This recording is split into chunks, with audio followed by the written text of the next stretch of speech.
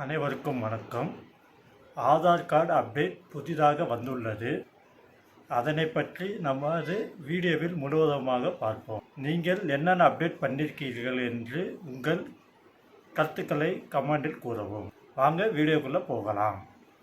தற்போதுள்ள காலகட்டத்தில் ஆதார் அட்டை இல்லாமலே அதில் பிழைகள் இருந்தாலோ அரசாங்க நலத்திட்டங்களை பெறுவது மிகவும் சிக்கலாகிவிட்டது. உங்கள் பெயரில் ஒரு எழுத்துப்பிழை இருந்தாலும் சரி, முகவரியில் ஒரு குறிப்பு தவறிருந்தாலும் சரி, அது உங்கள் உரிமைகளை மறுக்கக்கூடிய நிலையை ஏற்படுத்தலாம். ஊராட்சி முதல் தலைநகரம் வரை அரசு வழங்கும் மானியங்கள், ஓய்வூதியம், உதவித்தொகை, உணவு ரேஷன், வீட்டு வசதி, படிப்பு உதவி என அனைத்தும் இன்று ஆதார் அட்டையை அடிப்படையாகவே வைத்துக்கொண்டு வழங்கப்படுகின்றன.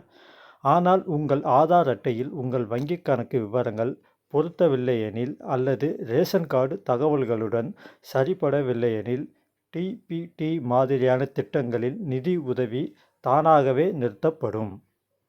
உங்கள் வயது தவறாக இருந்தால் மாணவர் உதவித்தொகை, மூத்த குடிமக்களுக்கான ஓய்வூதியம் போன்ற திட்டங்களில் தகுதி நீக்கம் செய்யப்படலாம். முகவரி பிழையாக இருந்தால் உஜ்வாலா யோஜனா, பிரதமர் ஆவாஸ் யோஜனா போன்ற திட்டங்களுக்கு விண்ணப்பிக்க முடியாமல் போகலாம். அதனால்தான் ஆதார் அட்டை ஒரு முக்கிய ஆவணம் மட்டுமல்ல, உங்கள் எதிர்கால நலனுக்கான ஒரு அடித்தளமாக உள்ளது. இது எல்லாம் உங்கள் மீது சுமத்தப்பட்ட ஒரு பொறுப்பு. அதே நேரத்தில் உங்கள் உரிமையை பாதுகாக்கும் ஒரு முன்னெச்சரிக்கையும் கூட. அதற்காக இப்போது நீங்கள் செய்ய வேண்டியது உங்கள் ஆதார் அட்டையில் உள்ள அனைத்து விவரங்களையும் சீராக ஒருமுறை கவனமாக சரிபார்க்க வேண்டும். பெயர், பிறந்த தேதி, முகவரி, பாலினம் எல்லாமே சரியாக உள்ளதா என கவனிக்க வேண்டும். பிழைகள் இருந்தால் அருகிலுள்ள ஆதார் சேவை மையத்தில் உடனடியாக சரி செய்து கொள்ளவும். நன்றி, வணக்கம்.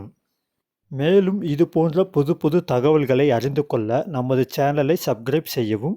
மேலும் உங்கள் கருத்துக்களை கமெண்ட் கூறவும். இந்த வீடியோ பிடித்திருந்தால் லைக் பண்ணவும். மீண்டும் அடுத்த வீடியோவில் சந்திப்போம். நன்றி, வணக்கம்.